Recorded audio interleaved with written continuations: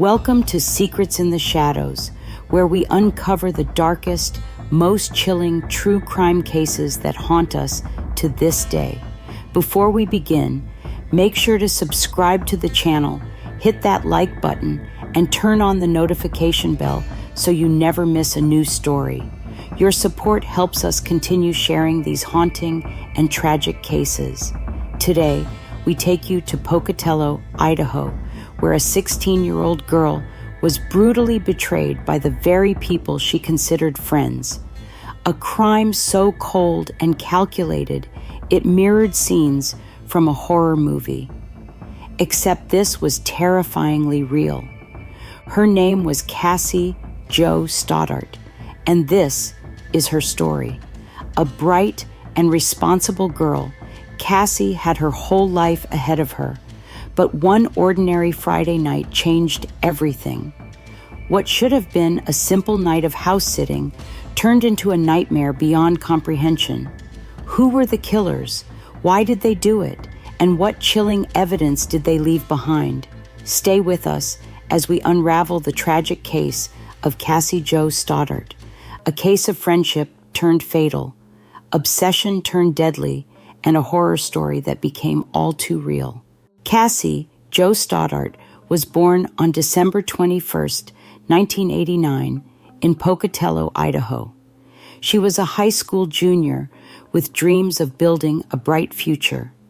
Cassie loved art and music, spending hours drawing intricate designs and listening to her favorite bands. She was known for her warm personality, strong work ethic, and deep love for her family. She lived with her mother, Anna, her older sister, Christy, and her younger brother, Andrew. Cassie was the type of person who took responsibility seriously, which is why her family trusted her when she agreed to house-sit for her aunt and uncle on September 22nd, 2006. She had no idea that her trust would be her downfall. Draper and Torey Adamcik weren't just classmates. They were two disturbed teenagers who had become obsessed with violence, horror films, and real-life killers. Brian was born on March 21st, 1990, in Sandy, Utah, and moved to Pocatello as a child. He had always been drawn to the dark side of entertainment, particularly school shootings like Columbine. He idolized mass murderers, dreaming of becoming infamous just like them. Torey, born on June 14, 1990, in Pocatello, had an entirely different obsession: filmmaking. He wanted to direct horror movies and often talked about creating his own real-life slasher film. Together, the two of them were a deadly combination. They idolized the movie Scream, wanting to bring its horrifying story to life. They didn't just want to watch horror, they wanted to be horror. They also wanted to document their actions. As they planned Cassie's murder, they recorded themselves discussing their intentions, laughing about their future crime, and even referring to Cassie as their first victim. Torey Adamcik recorded himself saying, "We're going to go down in history. We're going to make history. Everyone will know who we are." Their chilling videotapes would later become some of the most damning evidence against them. On Friday, September 22nd, 2006, Cassie arrived at her aunt and uncle's home, ready for a quiet weekend of house-sitting. Her boyfriend, Matt Beckham, came over to keep her company. They watched movies together, enjoying their time like any normal teenager. Then came a knock at the door. Standing outside were Brian Draper and Torey Adamcik. They claimed they wanted to hang out and watch a movie. Cassie, always polite, let them in, but Brian and Torey had something much more sinister planned. As they sat watching Kill Bill, Volume 2, Brian and Torey were scanning the house, memorizing exits, and secretly unlocking the basement door, allowing themselves access to the house later, after Cassie was alone. After about an hour, they suddenly left, saying they had to be somewhere else. Cassie and Matt had no idea that Brian and Torey never really left. They were hiding in the basement, waiting, watching, preparing. Not long after, the power went out. Cassie and Matt were startled. The house was suddenly in complete darkness. Matt tried to comfort her, thinking it was just an electrical issue. Unbeknownst to them, Brian and Torey had cut the power intentionally. Feeling uneasy, Matt called his mother and asked if he could stay the night to keep Cassie company. But his mother refused. Instead, she offered to let Cassie come to their house and stay the night. Cassie, always responsible, declined. She had been trusted to house sit and didn't want to abandon her responsibilities. At 10:30 p.m., Matt's mother picked him up, leaving Cassie completely alone in the house. She had no idea that two masked killers were creeping up the basement stairs. Then the attack began. Cassie screamed for her life, begging them to stop. But they didn't. They stabbed her over 30 times, ensuring she would not survive. She lay on the floor, bleeding out, alone, terrified, betrayed. Brian and Torey stood over her like it was a game, laughing, celebrating their achievement. Brian Draper recorded himself on tape after the murder saying, "We just killed Cassie. We just left her. This is real. Hell yeah." They showed no remorse. 2 days later, on Sunday, September 24th, 2006, Cassie's aunt and uncle, Allison and Frank Contreras, returned home from their weekend trip.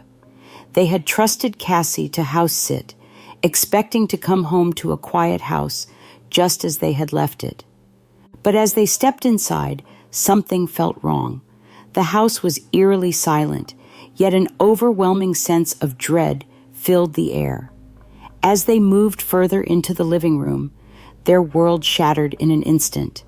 Cassie's lifeless body lay on the floor, surrounded by blood. The scene before them was something out of a nightmare. Cassie had been stabbed approximately 30 times, with 12 of the wounds being fatal. Some of the injuries suggested she had been alive for some time after the attack, suffering in excruciating pain before succumbing to her injuries. Panic and horror gripped the Contreras family. They immediately dialed 911, their voices trembling as they frantically told dispatchers that Cassie was dead. The shock and devastation were overwhelming. This was not an accident, not a burglary gone wrong, but something much worse. When first responders arrived, they confirmed that Cassie had been deceased for at least 2 days. Her body had been left exactly where Brian Draper and Torey Adamcik had abandoned her, and the house showed no signs of forced entry, confirming that Cassie had let her killers in, never suspecting they would turn against her. Shortly after the police secured the scene, they had to make one of the hardest calls imaginable, telling Cassie's family what had happened. When Cassie's mother, Anna Stoddart, answered the phone, she was completely unprepared for the words she was about to hear. "We're sorry, but Cassie has been murdered." The words didn't make sense. How could this be real? How could her sweet, responsible daughter, who was simply house-sitting, be gone forever? Anna collapsed in grief, screaming, "No, not my baby." As the reality of the situation sank in, Cassie's siblings, Christy and Andrew, were equally devastated. Their sister had been stolen from them in the most brutal way imaginable. Cassie's father, Todd Stoddart, was notified separately. The pain and shock were unbearable. His daughter had been murdered, and he hadn't even been there to protect her. The small town of Pocatello was thrown into shock and horror. Cassie was known as a kind, responsible girl. How could something like this happen to her? But there was no time to process the grief. This wasn't a random home invasion or an unfortunate accident. This was pure, calculated murder. And it wasn't long before police honed in on the two teenagers who had planned Cassie's death like a scene from a horror movie. From the moment authorities arrived, they knew this was no ordinary crime. Cassie's wounds suggested a deliberate and brutal attack, not a simple burglary gone wrong. Investigators quickly turned their attention to the last people to see Cassie alive: her boyfriend, Matt Beckham, and their mutual friends, Brian Draper and Torey Adamcik. Police first questioned Matt Beckham, as he had been with Cassie on the night of the murder. Matt was devastated, and he fully cooperated with authorities. He told them that Brian and Torey had visited the house on Friday night, but they had left early. He also revealed something chilling. The house lost power while they were watching a movie. While Matt hadn't thought much of it at the time, he now realized it may have been part of something much darker. Matt also mentioned that he had tried to stay with Cassie, but his mother had refused. He had offered for Cassie to come stay at his house instead, but Cassie chose to stay behind, wanting to fulfill her responsibility as a house sitter. That was the last time he saw her alive. With Matt ruled out as a suspect, authorities turned their focus to Brian and Torey. When police brought in Brian Draper and Torey Adamcik, both teenagers initially denied any involvement in the crime. They claimed they had been nowhere near Cassie's house at the time of her murder and had simply gone to watch a movie after leaving. But their alibis didn't check out. When detectives pressed them further, the cracks in their stories began to show. After several hours of questioning, Brian Draper finally broke. He confessed, but in a twisted attempt to save himself, he blamed Torey Adamcik for everything. He claimed that Torey was the mastermind, and he had gone along with it out of fear. He then led police to Black Rock Canyon, where he and Torey had hidden the evidence, a collection of knives, gloves, masks, and most chilling of all, their videotapes documenting the crime from start to finish.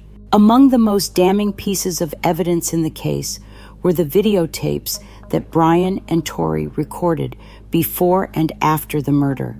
In one of the tapes, recorded before the crime, Brian Draper grinned at the camera and said, "We're going to make history. Everyone will know who we are. We're going to be just like the Columbine shooters." The most horrifying moment came after the murder, when they filmed themselves bragging about what they had just done. They spoke with no remorse, no fear, only satisfaction. The evidence was overwhelming. The trial for Brian Draper and Torey Adamcik began in 2007, and both defendants were tried as adults.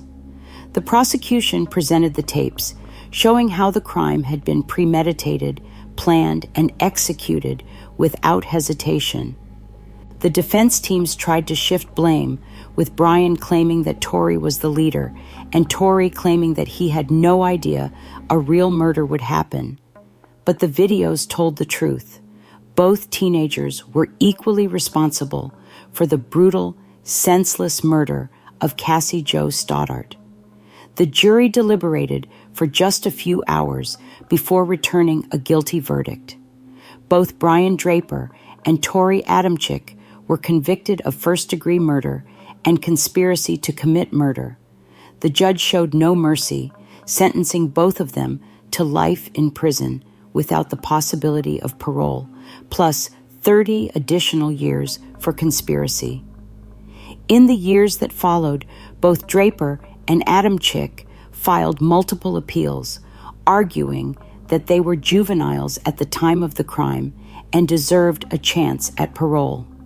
As of March 2022, the Ninth Circuit Court of Appeals upheld Adamcik's sentence, rejecting his claims for a reduced sentence. Their appeals have been repeatedly denied, and they remain in prison for life. Cassie's family and community were devastated. In her honor, they launched Pumpkins for Cassie, an initiative to raise awareness for young victims of crime. She is not just a victim, she is a young girl whose life was stolen by pure evil. Her family continues to fight to ensure her killers remain behind bars, and her story remains a chilling reminder of the unimaginable horror that can come from those we trust. Cassie Jo Stoddart was not just a name. She was a daughter, a sister, and a friend. Even though her life was stolen in a horrific and senseless act, her story has not been forgotten.